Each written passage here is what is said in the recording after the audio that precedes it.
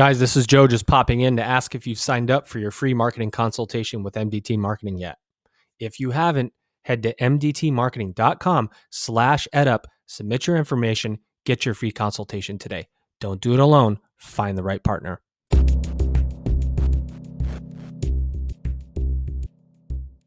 Welcome back, everybody. This is the EdUp Experience podcast, where we make education your business. Dr. Joe Salustio back with you again on another episode. Very excited to be here with our guest today and my co-host, who I'll introduce in just a second. I do want to remind everybody, I'm trying to remember, as my producer, Alvin Freitas, is browbeating me and basically texting me every other day to remind me to tell people to head over to our website, www.edupexperience.com, and sign up for our email list, where you find out all the goodies of things that we have going on. We're getting ready to make a couple of pretty big announcements. We've already said we're writing a book. We've interviewed 100 plus college and university presidents. We're going to synthesize all those topics and themes into a book that will be titled soon. We might be going places, actual physically going places, and we're waiting to talk about that. Just a lot going on at the EdUp Experience. We're about to pass 80,000 downloads of this podcast over the last 19 months that we've been doing this. It's been a really awesome roller coaster ride. And I'm excited to talk with our guest today. But before I bring him in, I'm going to bring in my co-host today. You all have heard him before. He's got a little pep in his step, but he doesn't play the cello. My guest today, Dr. Bill Pepicello, former president, University of Phoenix. Bill, how are you? I'm great, Joe. Thanks. I've never had an introduction quite like that. Happy to be here. Well, it would be, do you play the cello? Just out of curiosity. I do not. Okay, because if you did and I said you didn't, that would have been really a horrible introduction. So I just figured the chances of you actually knowing how to play a cello were pretty low, so I went with it. So maybe we'll make a return introduction of you in that way from now on. And Bill, we do have a lot of great questions for our guest today. He's waiting and he's coming in now, and his name is Mark Roosevelt, and he is president of St. John's College. Mark, how are you? I'm fine. I don't play the cello either. Well, we're 0 for 2 on the cello playing. I actually 0 for 3 because I don't play the cello, nor would I ever dream to do so. Mark, we're really, really excited to talk with you about St. John's College. I learned much about St. John's College as I was doing my research in the episode to talk with you. A lot of facts that I didn't know. And before we get into those facts and what you guys do in terms of academic rigor and such, talk about St. John's College. Where are you? Give us a little bit of the history institution, and we'll go from there. We have two campuses. The campus in Annapolis is the third oldest college in America. We also have a campus in Santa Fe, which is about 55 years old. The program is virtually identical on both campuses. We're small. There are about 450 students on each campus. We have a master's program in the liberal arts, and in Santa Fe, we have a master's program in the Eastern Classics. Our undergraduate program, I'll just say very briefly, is rigorous, no electives, all students doing the same things at the same time. They do advanced philosophy, literature, mathematics, and science. They learn ancient Greek in their freshman year. So it's quite different from any place else. All right, so I'm going to ask a lot of questions there, but I have to ask, on the spectrum of language learning, where does ancient Greek fall? If you could put it in a context, it seems like that would be pretty difficult. As a half Greek myself, I've tried to dabble there, but there's to no luck. So, I mean, how challenging is that? It's challenging. When I'm in the dining hall these days with freshmen, it's done freshman year. It's challenging, and a lot of students, of course, wonder why we're doing it. And we do it for pretty complex reasons. There's a lot of Greek philosophy in freshman year. We think it helps students to understand it. We also think it helps students to slow down. We want them to learn to read carefully and slowly. And it's actually much easier to help them do that in a language which is new to them and difficult than it is in English. Yeah, that's I guess that would be true.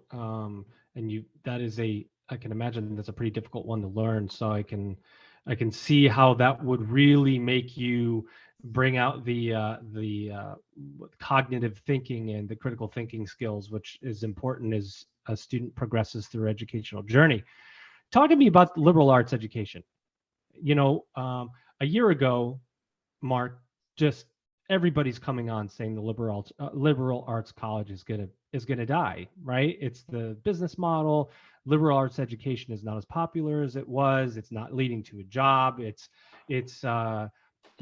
more philosophical and less practical.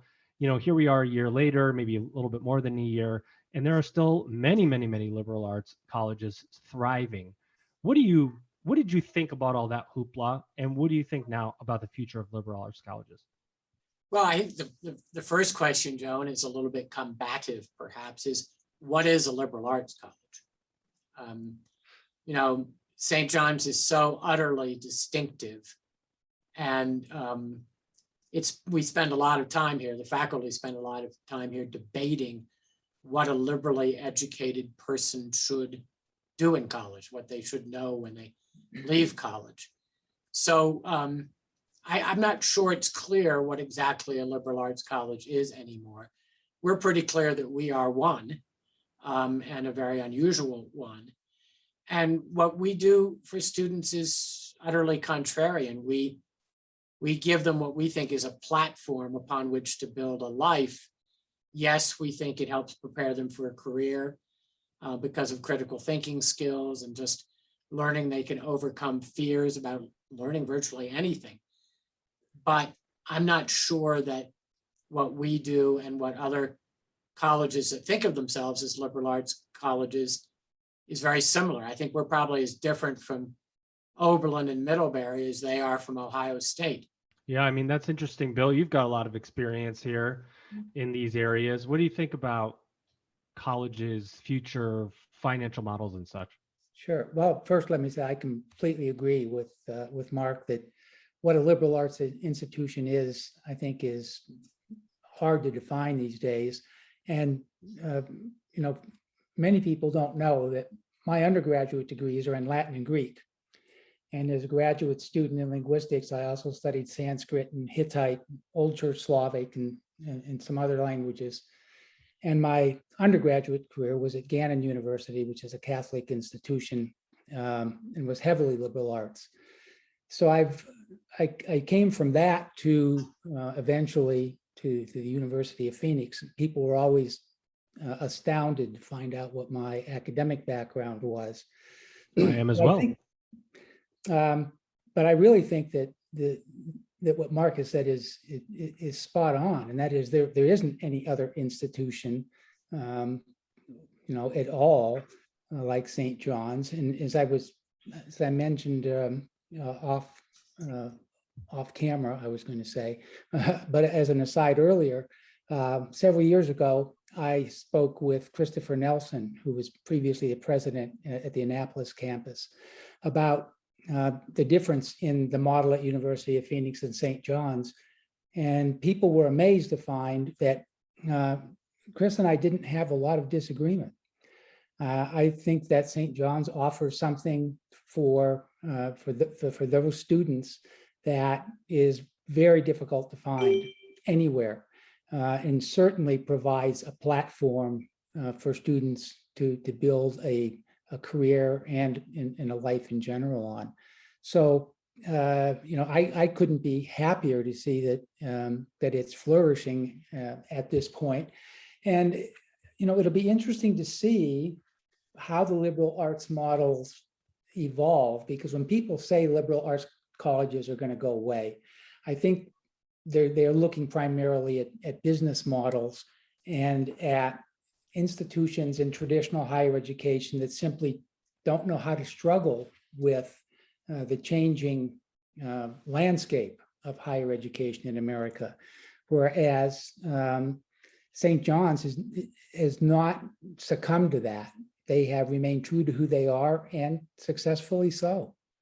Mark, what do you, taking everything that Bill said, one of the questions, because you're talking about niche, right? You're talking about a really defined market that you're serving. Do students come to St. John's College knowing they want to go to John's College because of the specificities. I'm having trouble with that one today, of the curriculum, of the pathway versus, oh, it's St. John's College and these 10 other schools that are doing things completely different. Is there level of specificity in the student interest? Yeah, there is. Our students are pretty self-selecting. Very few people apply here that don't want to go here. And very few people are sort of weighing us amongst a group of colleges. I would say 80% of our students know or somehow discovered, and that's the interesting question, is how did they discover that this is the right place for them? Now, some, when they get here, find it very challenging. And some, when they get here, knowing that it's a great books college, are surprised, for example, at how much math and science there is. And some are a bit disconcerted by that. But many know they want something different. And they're better off if they know that to begin with. If they come here thinking they're going to a traditional school with a traditional curriculum and a lot of choice, it's going to be not a very positive experience. Yeah, it's good, right? It's good when you know where you want to go and you have students that are focused on that, because hopefully if they're doing well, your retention is higher. You don't have leave of absences or stop outs and all those things if a student is really focused on what they want. How do students find St. John's College? This is a really crowded marketplace. Mark, as you probably know, there's colleges now everywhere and anywhere you want to go, especially as we've seen online learning have to take place in many areas. There's just a lot of noise. I was telling a guest today, previous guest yesterday, you used to be, as a college student, you would think about the 4 or 5 schools you want to go to. Now there's 50 schools that are asking you to come there. And so a college student has just a lot of messaging around them. How do you find St. John's College? Talk about your messaging, marketing, branding, how you get the word out. Man, it's complicated, Joe. Serendipity is a lot of it. We ask students, of course, when they get here, how they found out about us. And there's a lot of serendipity. A lot of it's word of mouth.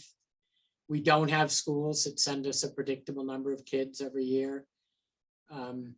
We do have, the book Colleges That Change Lives. We're prominent in that book. Students find out about us that way. We also have relationships with United World Colleges high school programs and get a lot of kids through that. And we run a summer program for high school students called Summer Academy. And that introduces those students to what it is that we do. And we get about 20 to 25% of our students that way. But our students are needles in haystacks, and actually that's probably even sort of an understatement. So it's very complicated how to run our admissions effort. Just buying names of kids with SAT scores above a certain level doesn't prove very effective for us. We have to have very targeted approaches rather than shotgun approaches. Yeah, you know something about that too, Bill, a little bit about that. I mean, because it is about fit, right? Yes, absolutely. I mean, Joe and I have had lots of conversations about marketing and how you reach a certain student population. And for instance, here in Phoenix, where I am, ASU, I always say, has a very easy marketing job ahead of them every year, because they know exactly who their students are. They know what they're looking for demographically and with SATs. They're looking at the family background, and certainly that, as Mark says, that's not going to be the case at St. John's. One of the challenges that we had at University of Phoenix was the student population we were reaching out to didn't even know that higher education was an option for them. And so we had to go find them through various media to let them know that yes, you can go to college, and yes, we can help you get that access. And I just it amazes me. Well, it doesn't really amaze me, because probably if I had known about St. John's, I might well have applied there when I was an undergraduate. It is the kind of background I was looking for, and I got one way or the other. But it's just amazing to me that many students continually find St. John's and obviously love it. Well, this is the point in the episode, guys, where we like to keep people on their feet. You know, we talk about higher education. If you're outside of higher ed or even inside higher ed, sometimes these conversations can get a little, you know, we got to keep them moving quickly. And so, Mark, I've been asking, actually, you know, I'm going to ask each of you a question. This is what I'm going to do. Mark, this is the question to you. You ready for this? I am. All right. You walk into, I hope you're sure. You walk into a room at St. John's College, and over the loudspeaker, if they even exist anymore, maybe it's on the Amazon Echo you have in your hand, there's a song playing on the loudspeaker. It's your entrance music every time you walk into a room. What is the song that defines you, Mark? It defines me or my school? Either one. Oh boy. Let's say you, Mark. Let's say you, because you're leading. So let's hear yours. I wasn't really prepared for that. Yeah, I know. That's why we keep guests on their feet with that one. Yeah, I'm going to punt by just saying songs that I love. And I love "Fly Me to the Moon." I have no idea how that characterizes me. I was going to go with the Metallica song for you, Mark. I don't know. That would be a mistake, Joe. Okay. I'm known to make a few mistakes in my life. You are? Oh, yeah, I make mistakes from time to time. I have Bill as my co-host. I don't know if that qualifies as a mistake or not. We'll find out in future episodes. Well, that's good. All right, Bill. We don't have loudspeakers, by the way. We don't have sound systems, and we don't have it. One of the interesting things about St. John's is that we question modernity, and so we probably have more tutors, which is what we call our faculty, who don't own cell phones in almost any place other than a monastery or a rabbinical school. So we're pretty unapt to have introductory music or theme songs or anything remotely like that. Well, I guess silence is your theme song, right? And so we can properly think. Bill, are you ready for your question? Oh, I'm ready. So true or false? Is Mark Roosevelt a great-grandson of U.S. President Teddy Roosevelt? True or false? True. That is true. That is true. That is correct, Bill. Well done, Mark. That's a great bloodline you have there, my friend. Thank you. It's I've tried not to define my life around it because one can get pretty inhibited if you think you're important because people you're related to are important. Yeah, but you've had I don't think that has defined you at all. As I read through your bio, you've had an incredible body of work, and what I really like you to expand upon is what you wrote. Some of what you wrote here in your presidential letter. It's in your bio, and you're talking about your college, St. John's College, and this is the part that I want you to talk about. The program demands extraordinary commitment, and St. John's challenges students to widen their horizons, overcome their fears, and even in an era of a hyper-partisan, contentious discourse, change their minds. Is it possible for people these days to change their minds with everything that they have going around them, Mark, social media, opinion, fake news, and otherwise? Is that something you teach students there, to really think outside of the noise? We try to. We're not immune from the polemicization of American life. It affects us. But in the seminar room, we're very successful. Students have to learn to be respectful of other people's opinions and to riff off of what other students say. So that's a really important part of what we do. We don't always succeed. And, a lot of our alumni community, when certain things happen, have a political response to it like other folks do.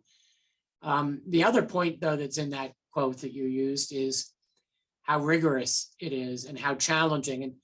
And let's just take math, for example. A lot of students come here not being comfortable with mathematics or not believing that they have the proper skills to succeed at mathematics. So that's how we get them to confront their fears. And what they learn is they actually, by applying themselves, can learn across all kinds of disciplines to a pretty deep level.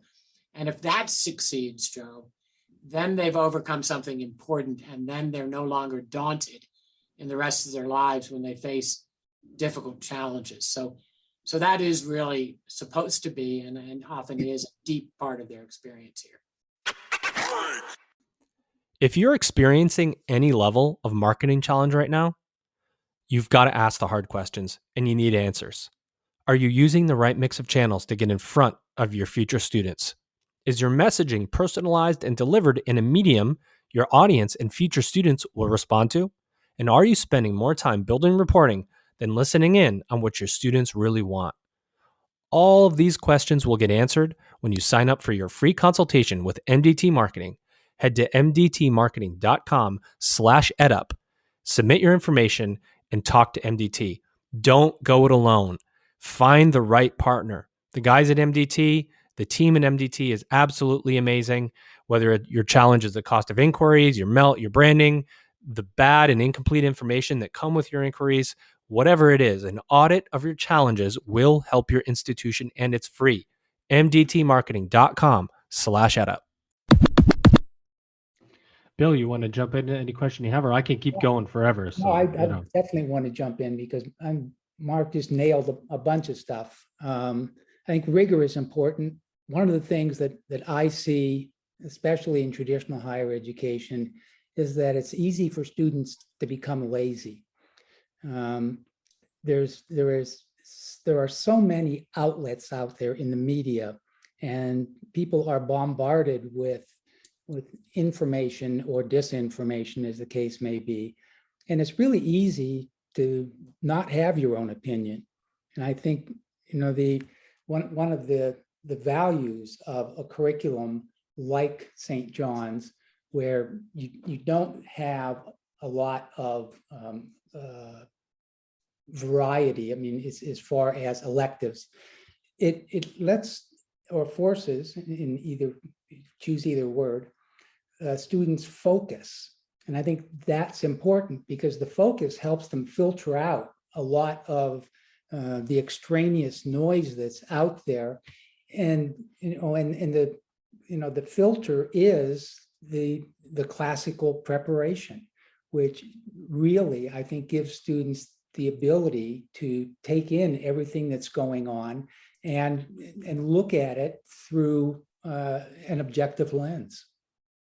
Anybody want to jump in? Mark, you have anything to say to that? Yeah, actually, it's funny. I really don't like to be what I call high horsey about what we do versus what other folks do, because, America needs a lot of different kinds of colleges to satisfy the needs of a lot of different kinds of students. But one thing we believe is that it's not necessarily the best path to let students design their own curriculum, to let students choose to stay in their comfort zone through their college life and not be challenged to study things that make them uncomfortable or be in disciplines that they don't feel confident in.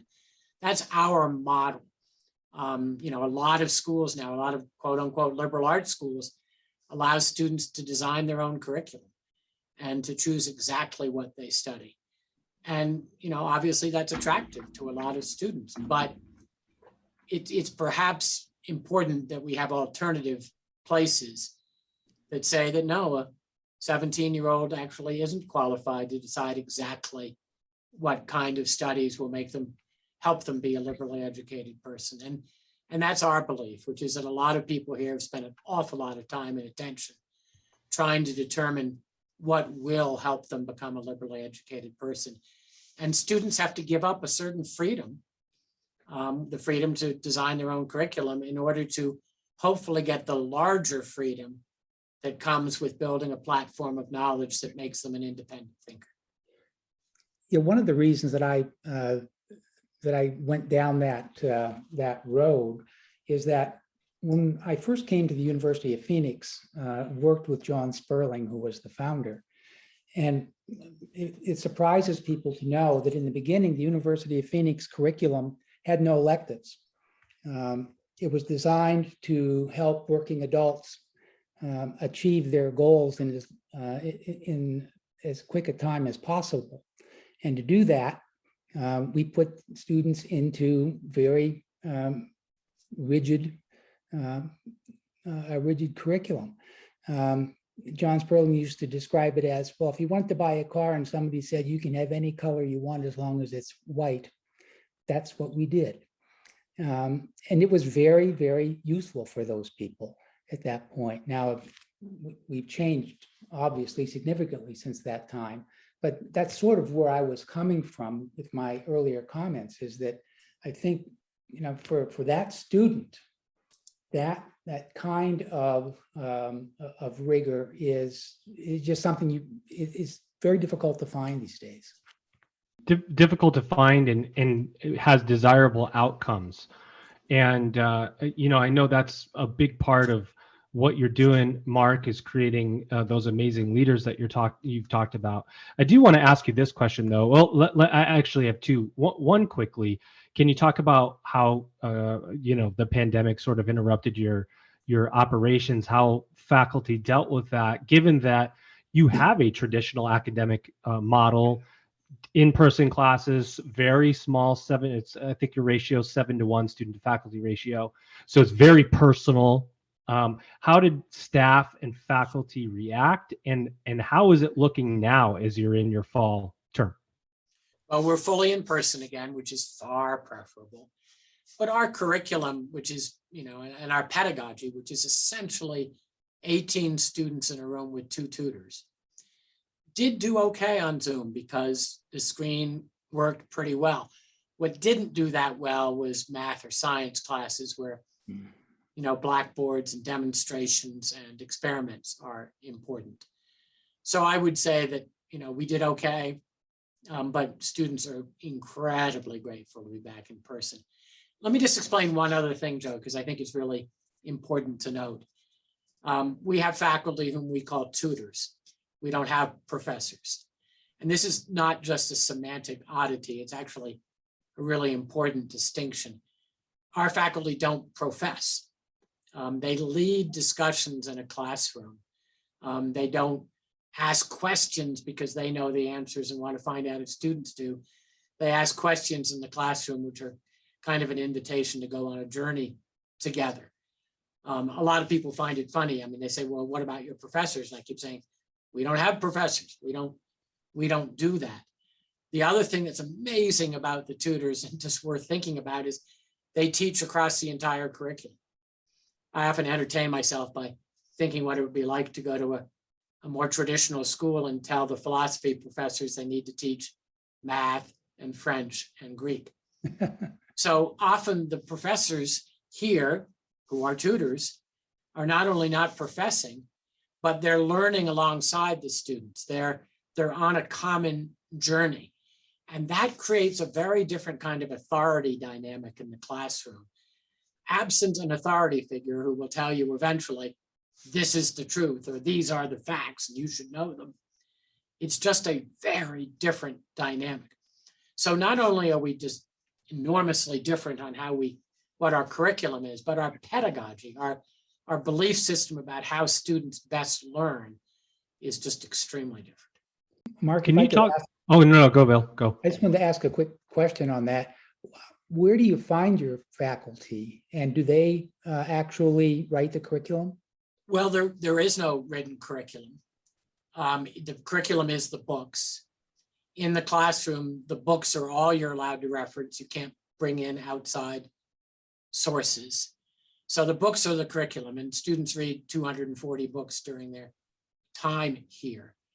The faculty applications are people basically, Bill, who don't want to be specialists. So we just hired a gentleman who his individual specialty, because he went to a traditional place and got a PhD, is Japanese literature. But he doesn't want to spend his entire life teaching Japanese literature. So he wants to be broader. He wants to continue to expand. Not everybody wants that, as you well know. A lot of people really do want to become expert in a particular niche. That's not our faculty. Our faculty want to roam free. They want to be exploring things in literature or philosophy or math or science that they didn't study in school. So it's a particular type of person. And we get fantastic applicants for every faculty opening that we have, because there just aren't other places where they can be what they can be here. Mark, the most important question you're going to get today, for me at least, is how many of those are audiobooks of that 240? Very funny, Joe. All right, I'm guessing the answer is 0. The answer, you answered your own question very well. See, you already have me learning here, Mark. Stop it right now. Stop it. Talk about, just very, very quickly, you are making this liberal arts education affordable for all. Can you talk about your commitment to affordability and transparency, and how that whole financial piece works at St. John's College? It looks like you have a tuition cap, at least for the 2021-2022 season. I don't know if cap is the right word. Talk a little bit about that. Well, again, not to be high horsey, because I really don't feel that way. We pride ourselves at having not gone along with a lot of trends in American higher education. But one trend we did go along with, and we're embarrassed by, is what I consider the ridiculous escalation in tuition and the cost of going to college. We had gone up to $52,000 a year. And, here I am in New Mexico, that's above the average income of a New Mexican by a fairly large margin. So some years ago, we lowered our tuition back down to $35,000, and we're going to hold it there for as long as we can. Even that number obviously is beyond the reach of many folks, and we do have significant financial aid available, but we probably left a lot of people out who just went to our website, saw the $52,000 tuition and said, wow, that's not something that me and my family have any chance of coming up with. So we're embarrassed by that. I don't think that we've yet made it so that anybody can come here regardless of their financial means. We're getting closer. We hope people will get into conversation with us, even when they see the $35,000 number, about how we can help them afford that. We will do everything we can. You would think with our curriculum that we'd be a place perhaps primarily peopled by rich kids, but we're not. We're about 25% Pell Grant eligible. 98% of our students get financial aid in addition to the lowered tuition.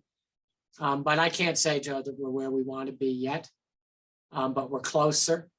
And we admit with embarrassment that we were part of a trend that we think has been very negative for this country. That's the mic drop moment for this episode. And I give you so much respect and credit for just being completely transparent. You know what? You're right. The cost of college is very high. There's a lot of discussion, Bill, as you know, and I know, around the price of college. And yet there are so few that do something about it. And the number of colleges that reset tuition or reprice their tuition is very few and far between, Mark. I'm so just happy to hear that story. I know you're not where you want to be, and I get that. But to see that big of a reduction, it's a huge gain for a lot of students that may have considered your college and not been able to go before, that now can afford it. I mean, that's a big, big step in the right direction. Well done, sir. Well, thank you. Again, we're not saying check that off, mission accomplished, but I agree with you. It's a step in the right direction. Yeah, it's one of those areas that just is not easily discussed, harder to do, right? Any kind of reset of tuition for anybody listening, that's, because it's funny you say that, Mark, because my university, we just reset we're a graduate institution, and we did the same thing. We looked at we're small like you. We looked at what students said they could afford it, and we literally reset our tuition to what the market said was, available, and we got rid of the tuition discounting practices that do tend to dominate higher education as you start to hit the upper echelon of pricing. There was I saw a statistic that I don't know where it came from, NACAC or or iPads or whatever that said the average tuition discount rate among private colleges was 52%. And it's like, well, if you have to do that, then you just got to price it right and maybe get rid of all that game playing, as it were. So I'm very passionate about that. And that's why I wanted to take a moment to ask you, because I think it just says a lot about you as a leader and a lot about the institution. I'm probably beating a dead horse a little bit, but it is a differentiator in my mind in leadership. And where you go as a student, you're being led by a group of people. And when you see something like a tuition reset or a tuition resetting or repricing, it says a lot about those leaders and what they're out to accomplish. Bill, what do you think about that? Oh, I couldn't agree more. I mean, I see people sometimes pretending to reset by having deeper discounts. Certainly, it's rampant here in the state of Arizona, and it goes to a conversation that you and I have had, Joe, on a number of occasions, to the business model of higher ed, and how moving forward that business model needs to change if a wide variety of institutions are going to be viable into the future. And certainly what St. John's has done is not just a step, it's a large step in that direction. I haven't seen any reset even close to what St. John's has done. You know, Joe, it's amazing. And Bill, and again, please don't interpret this as bragging, because I don't feel like bragging about it at all. But when you start considering this, it is amazing how the industry comes at you and tells you it's a mistake. Yep. I mean, the common belief is that if you're going, let's equate this to buying a car. I know schooling is nothing like that, but just for a second, if you go to an auto dealer and they say, wow, we've got this $55,000 car here, but we'll let you have it for $30,000. You know, the mainstream thinking is that's great. And if you go down the road and they say, I've got a $30,000 car for you, you're going to want to go back and buy that $55,000 car discounted down to 30. And that argument has kept people from making this kind of move for a very long time. And I understand that argument. And on a surface, it's pretty convincing, right? But, you know, there are flaws, deep flaws in that argument. And there's deep flaws in allowing American higher education, especially at, you know, first-rate small private colleges that should be diversely populated. There's something really deeply wrong about thinking that you can have a $55,000 sticker price and still be engaging in conversations with a very broad array of people from different circumstances. Yeah, you nailed it. That's totally true. Well, Bill, I want to ask you if you have any more questions for Mark, and I'm going to give him our final 2 questions to wrap up the episode. No, I'm going to let you go because I know what those questions are and I want to hear the answers. All right. Well, Mark, for 2 questions for you, last 2. Number 1, what did we miss about St. John's College? And Bill and I he's been my co-host for a couple episodes. I'm not sure he's asking the exact right questions he needs to. So actually, the better question is, what did Bill miss that he should have asked you today? Anything about St. John's College, any plugs, any things you have going on, events, anything at all? And then let me ask you the second one, because it could tie together. What do you see as the future of higher education? Oh, that's a biggie. I'll just do the first one and then give you something on the second one. You know, again, however unusual you think we are, we're more unusual. Our dollars, we're in a capital campaign now. We're very lucky. A $300 million capital campaign, which for a school our size is very large. And we've raised $250 million towards the $300 million. But I think we might, Bill, be the only capital campaign for a college in America that is not talking about a new building or a new program. Wow. We're just talking about being able to continue to do what we do. All of our money, strike that. A good majority of our money goes to the classroom. Neither campus has fancy dormitories, food courts. Neither campus even has a swimming pool. So just to point out one other area of difference, 18 students in a classroom with 2 faculty members, tutors. We don't have adjuncts. These are all tenure track faculty. That's an expensive model, and that's where our dollars go. So that's just another difference. The future of American higher education, I worry about. I worry about, just to take a little bit of a niche, I worry about, you were optimistic earlier, Joe, but there are a lot of small colleges that are going to close in the next decade as we have fewer 18-year-olds. And these small True. colleges, they add so much richness to their communities. You know, they're often located in small towns, in regions that are, you know, not big cities. And the absence of these small colleges it would be hard to document exactly what the loss will be to the country of these colleges closing, but it will be significant. It will take away from the richness and the variety of our education. So I'm hopeful that philanthropists and others realize the beauty and the value of these schools and help make a step. A lot of colleges don't have our alumni community and the wealth in our alumni community that enables us to be able to have a $300 million campaign. But those colleges are very deserving of continue to do what they've done for, in some cases, centuries. Well, only time will tell. That's for sure. And we'll have to see how it rolls out. I first want to thank my co-host today, Dr. Bill Pepicello, former president of the University of Phoenix, for coming on and dealing with my shenanigans. Bill, you're always you're always a willing participant, I should say, for my little jabs and jokes from time to time. But you know how much I appreciate you.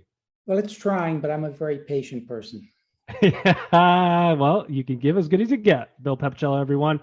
And Mark Roosevelt, president of St. John's College. Mark, it was a great conversation with you today to learn about St. John's College, the great work that you're doing.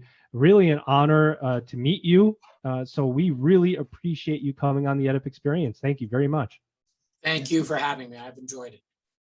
All right, ladies and gentlemen, you've just EdUp'd.